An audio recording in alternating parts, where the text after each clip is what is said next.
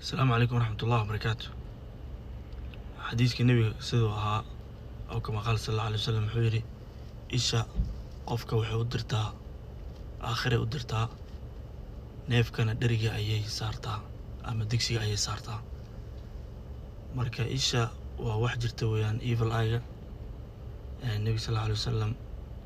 وينو شيغي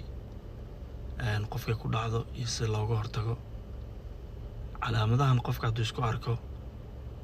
أما uu xaafadiisa ku arko il baa haysa qofkaas calaamada koowaad waxa weeyaan xaafadii ama reerkii wada degnaa ninkii naagti ka soo qaad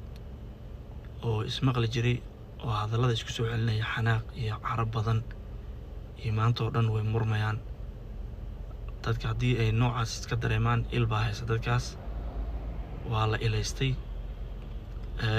waxaa calaamada kale lagu garto waxa weeyaan qofka qorshe ayuu degayaa qorshihii markii waqtigii la gaaro culays iyo wax uunan awoodin bay ku noqonaysaa marka waa tactiil baa la yiraahdaa calaamada saddexaad waxa weeyaan lagu gartaa qofkii la ilaystay markuu seexays yiraahdo qofkaas hurdada yaa ka soo raagtay maanta oo dhan isla rogayaa marka in waqtiga ku qaadanaysa inuu seexdo markuu seexdana markuu soo kacdo aroortii wuxuu isku arkayaa dhabar xanuun iyo garbaha oo xanuunaya calaamada kale lagu garto in qofka ama reerkaas ay il ku dhacday waxa lagu gartaa wax qaali ka ah gurigooda ama maaragtay mobile ha noqdo ama wax adiga gurigooda oo maaragtay alaab taalay alaabtii baa ku dhex jabtay gurigii ama kosa loo jabiyay ama si kama ha u dhacdo marka alaab qaali baa jabta gurigaas ku dhex jabta gurigaas marka il baa haysa waxaa kaloo lagu gartaa isha gurigaas ama qolka aad degan tahay inaad ku aragtid xasharaad wax la yiraahdo sida quraanjadoo kale quraanjad tiro badan haddaa aragtid il baa la helay qofkaas weliba waxaa la helay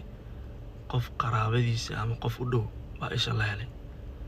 waxaa kaloo lagu gartaa qofka inay il ku dhacday cuntadu ayuu ka go'aa qofkaas ama qofkaas cuntada ayaa maaragtay xoog u jeclaadaa labada way dhacdaa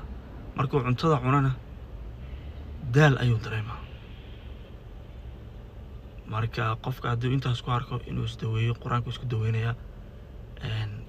haddii uuna isdaweyn waxaa laga yaabaa xaaladiis inay kasii xumaato nasal allah asalaama wasalaamu cala almursaliin walxamdu lillahi rabbi alcaalamiin